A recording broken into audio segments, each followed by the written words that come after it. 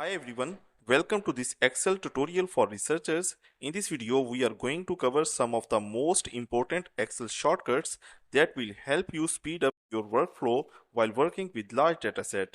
These shortcuts will save you tons of time and boost your efficiency even more. So let's dive right in.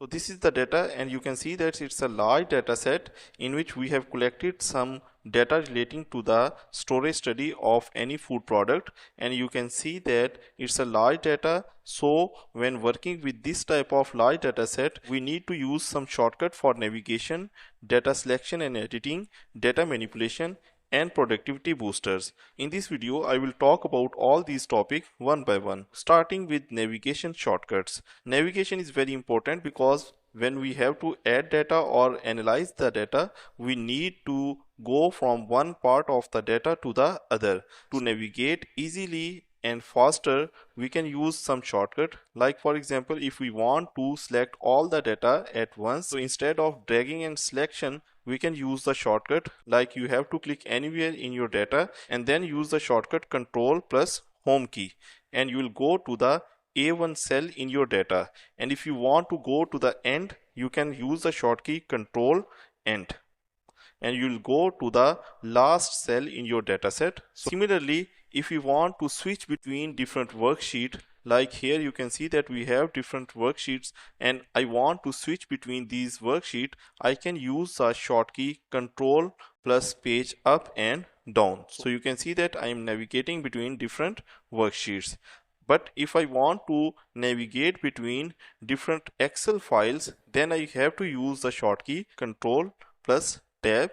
So you can see that I am switching between different Excel files using this shortcut.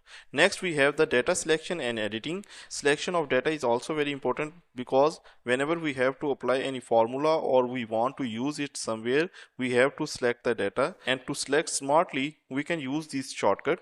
Like for example, if I want to select all the data, I will click anywhere in this data set and then press Ctrl A, and you can see that all the data is selected at once. For the same purpose, I can use another shortcut Ctrl Shift Spacebar.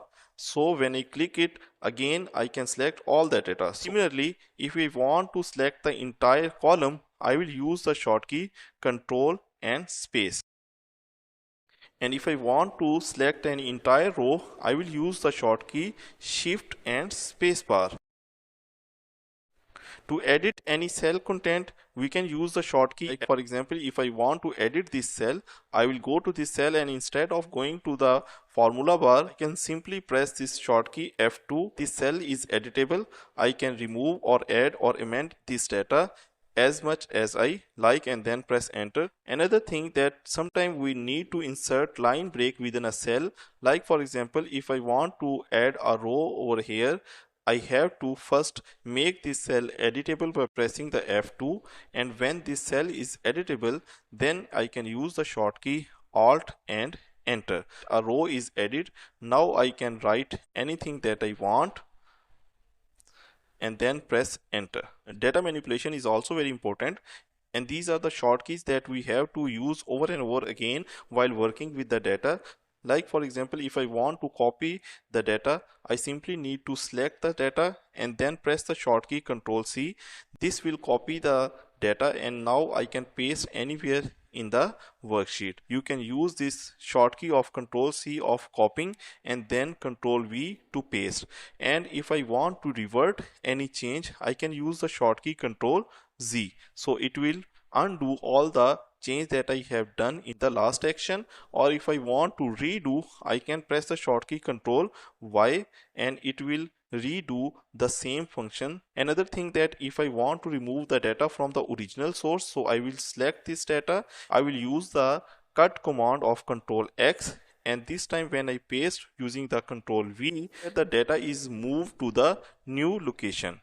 Lastly, I have some tips for the productivity. Sometimes we need to save the file, so the shortcut for saving the file is Ctrl S. So when I press the Ctrl S, it means the file is saved. If I want to make another copy of the data and then save it in the new location, I need to open the Save As. To open the Save As, I will use the shortcut F12. Instead of going to the file option and then go to the Save As, you can use this shortcut of F12 and save your file where you want. Next, for taking the print, I can use the shortcut Control P instead of going to the options and then select the print command. Similarly, I can use the shortcut Control F to find and search anything in my data. For example, if I want to search treatment, I will write over here, and when I click the find next, the cell that contain the same word will be selected. And if we want to replace, I will click this replace, and here I will write the new thing that I want to replace. Like for example, I want to write treat as an abbreviated version and then click replace. So you can see that treatment is replaced with the treat. To revert these changes, I will press Ctrl Z. Similarly, if I want to format any cell, I can use the shortcut Ctrl Shift F. So it will open up the format cell option. So now you can make any changes relating to the font, alignment, number, border, and fill option. Thanks for watching. I hope these Excel shortcuts and productivity tips make your research process a little easier and faster. If you found this tutorial helpful, don't forget to give it a thumbs up and subscribe for more Excel tips and tricks. If you have any questions or need help, drop a message in the comments below. See you in the next video.